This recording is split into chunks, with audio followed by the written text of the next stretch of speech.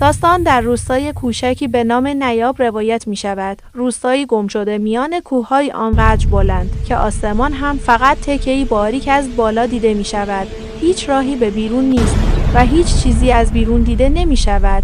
انگار نیاب عمدن خودش را پنهان کرده. در یکی از عصرهای سرد 4 دختر به نامهای نرگس، نعیما، یاسمن و عاطفه در کوچه‌های باریک روستا بازی می‌کردند. صدای خندشان میان دیوارهای گلی می‌پیچید، اما خورشید داشت آخرین نفس‌هایش را پشت کوه‌ها می‌کشید. ناگهان صدای مادر عاطفه در کوچه پیچید. Dear, where are you? Come home quickly. It's getting late. Hurry.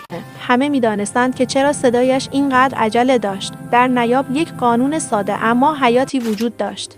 قبل از غروب باید در خانه باشی، در و پنجره ها را قفل کنی، پرده ها را بکشی و تحت هیچ شرایطی به بیرون نگاه نکنی. مهم نبود چه صدایی میشنوی، مهم نبود چه کسی صدایت میزند، نباید در را باز میکردی. حتی اگر او را میشناختی، میگفتند بعد از غروب هیوله ها از دل کوه بیرون میآیند.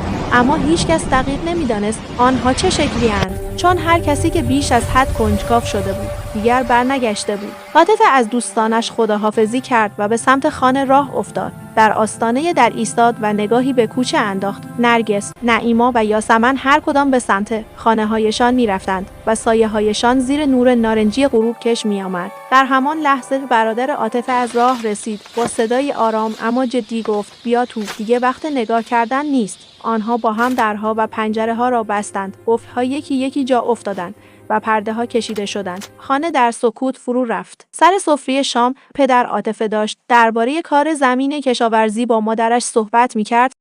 The crops are coming along well this season, but we need to watch the irrigation closely with the recent dry spell.